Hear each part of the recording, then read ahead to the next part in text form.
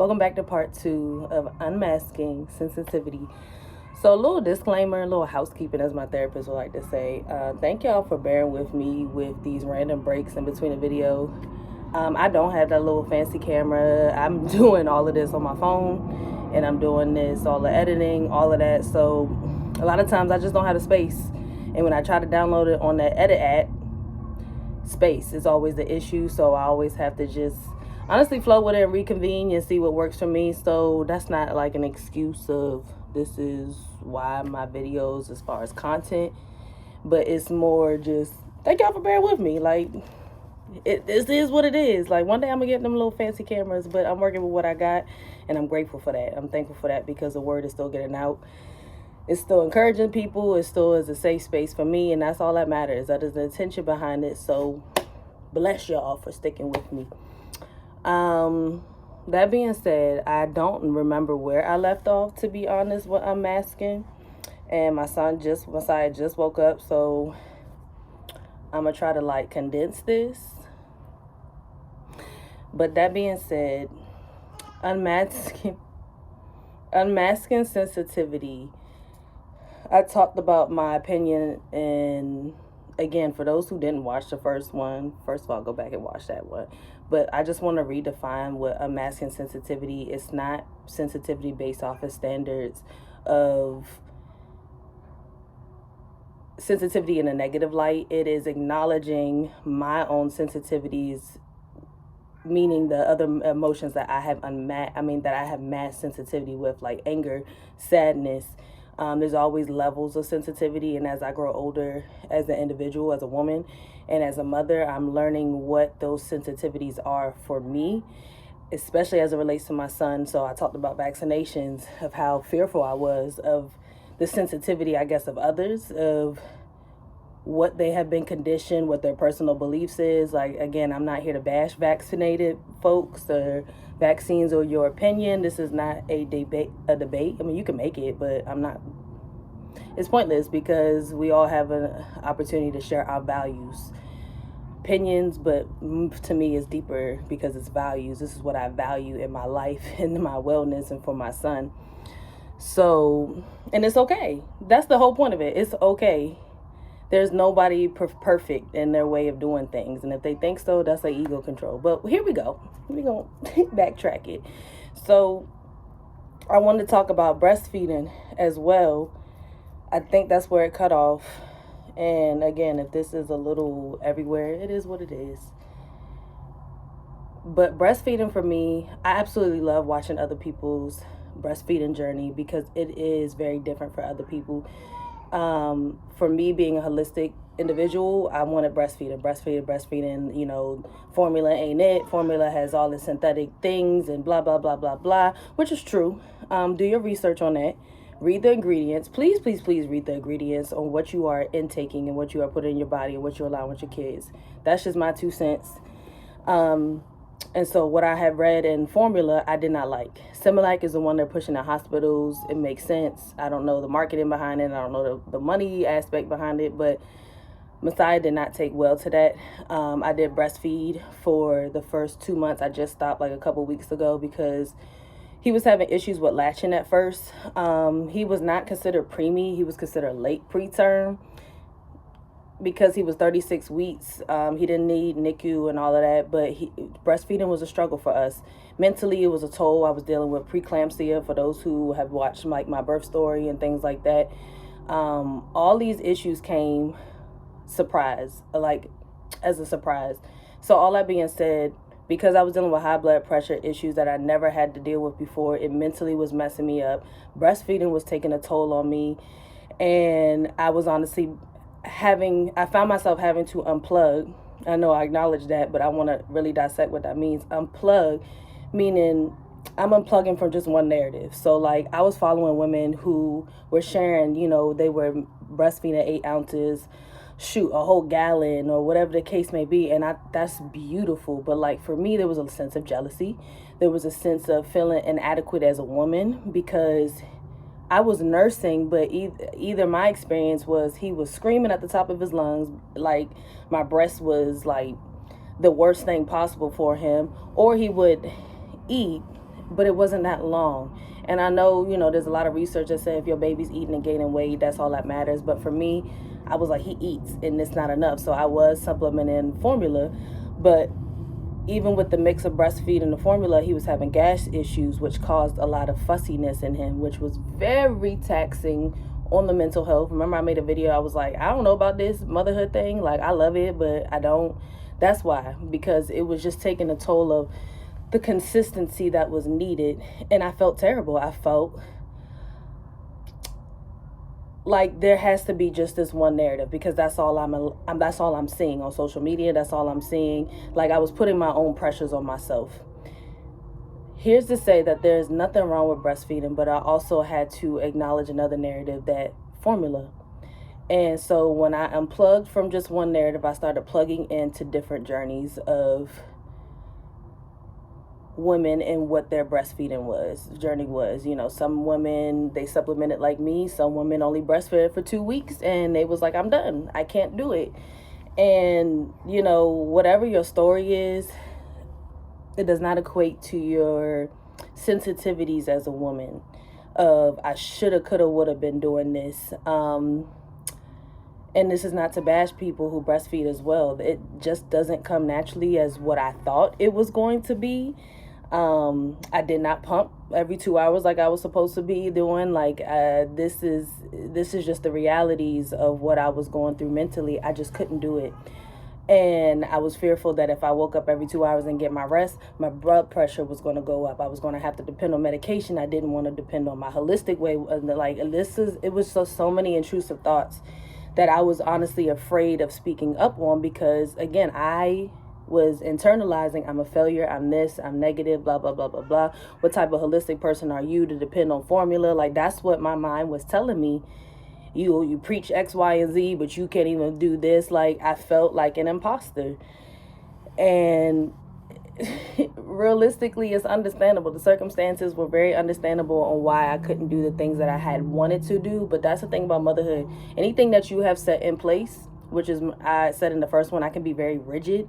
I'm unlearning that. I have no choice but to unlearn that, because rigidity brings anxiety. Rigidity brings an unsettled spirit. And rigidity brings the opportunity to allow all these other intrusive things that honestly I can speak over and can control, but it doesn't allow me to flow. It doesn't allow me to be present with my kid because I'm so in my head. So I had to do a lot of research on better formula brands, for lack of better words, which a lot of them were European brands. A lot of the American formulas did not sit well with me. It was definitely not sitting well with him. He was not able to process any of that. And all that claims of, well, it's mimicking breast milk. Child, that is the biggest lie. Like, I'm sure they try. I'm sure. But the reality is, it's not it. Breast milk is breast milk. And then the formula, you're putting cow's milk and animal's milk in it. But I'm not here to bash that as well, but I just want to release the fear-like mentality of speaking up on it because other people aren't going to agree. Like, that is the unmasking that I'm doing. And for those who can breastfeed, I commend the effort that it took. Like, I love that for you. I really do. They're just, for me, I had to unplug from one narrative. And where was I going with that? Doesn't really matter. I don't really have like a still hold point. Trust me, I'm working on getting a better seat. But that's that. That is unmasking with that. As far as my intention on here was just to flow. I talked about grieving. I talked about the true emotions of feeling not connected with people. I felt, building a tribe. There's this narrative of it takes a village, and it really does. I can see the aspects of it. I can see how our ancestors did it. But society back then was society was different, for lack of better words. A lot of our ancestors were bridging communities. Everybody used their skill set within the community and there was no capitalism in a sense of the way it is set up now. There was no system set in place where, you know, you have to go back and work in 6 weeks, or, you know, being a stay-at-home mom is frowned upon. Like, as society today, we have lost the connection and bridging the gap of what community and village is for raising a child. I'm out of state. I'm originally from Maryland, for those who are new, and I moved to Charlotte. My husband and I moved to Charlotte about during the pandemic, 2020. So I have built beautiful friendships here. I have built friendships that I consider, some of them I consider sisters, some of them, you know, just acquaintances. You know, there's different aspects, but even with the connection there's a lot of times where I still feel lonely as a mom, and I feel like other moms feel like this. Maybe they do, maybe they don't, but there's just a sense of no one's going to understand me unless you're a mother. But even if you are a mother, I don't know, like, everybody's specific feelings are different. And so building a village, I guess the point being, is not always as easy as it seems.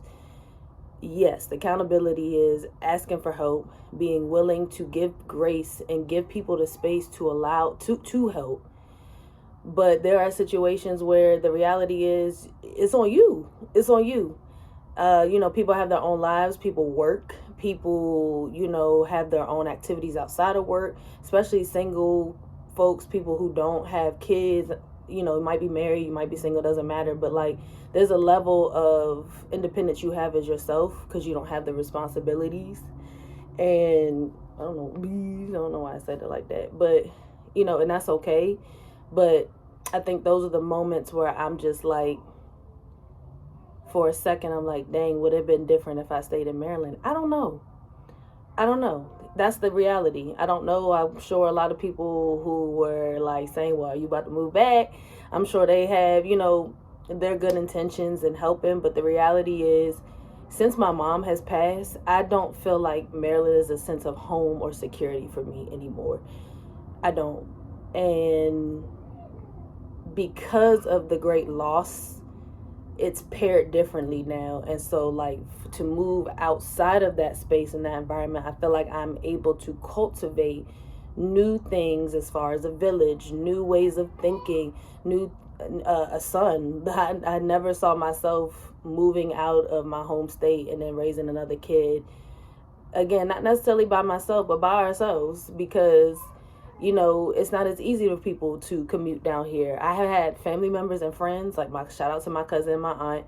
They have stepped up and they have came and visited, and, you know, especially when I had to be hospitalized for the high blood pressure, you know. So I'm very grateful for the people who have sent things, who have made the effort in coming to see me. Like, this is not a spiteful type of video. It's just the realities that I face. And I just want to encourage that if you don't have a village yet, or you still are trying to cultivate one, or, you know, trying to trust who you can rely on, you know, be easy on yourself. It takes time. I can't say that there's one way in building a tribe and community, because I'm still figuring out. But I'm also learning again to be open and receiving. But I want to make sure I'm being open and receiving, not just for myself, but for the benefit of my son. So, like, whoever is being allowed in this space is actually going to be praying for him, who's going to be uplifting him, who is going to be, you know, not just here to spoil him, but to see a greater purpose for this child being here and wanting to sow the seeds, water them, and help him, you know, cultivate his own land and space. For me, that is the most monumental piece. I love the good, you know, I want to spoil your child, I'm going to give him all the gifts, I love all of that. But as far as his heart space, as far as his love of cultivating a love for Christ, a love for himself, of knowing his worth, of speaking into a black boy, like, that is the tribe I seek. That is the people that my soul longs for. And I know God is opening doorways to allow that. Again, getting out my own way as far as accountability, but that has been some of the biggest unmasking I had to do. I want people who are sensitive to energies. I want people who are sensitive to the spiritual world, who are able to acknowledge things past what they see in the logic sense. I want people to pray for him, to pray for the mental battles that may be, at a stand for spiritual warfare. Like, I want that, and I know it's coming. And I'm, again, this is not a video to bash.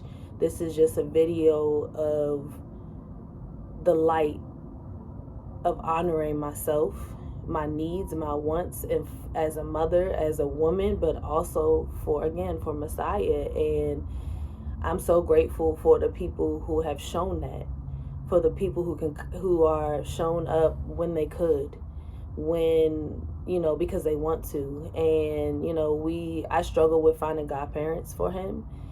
And, I had one comment where they were like, girl, you are so anal. Like, why? It's not that deep. But it is to me. And that's okay. I was angry at the comment. I was. But I understood that you may not understand what I see in my desires, and that's okay. Because this YouTube video is a safe space that's cultivate me to unmask that. Because I want genuine authenticity. I want all of that. I want all of that. I want to be present, just want to space out and just do,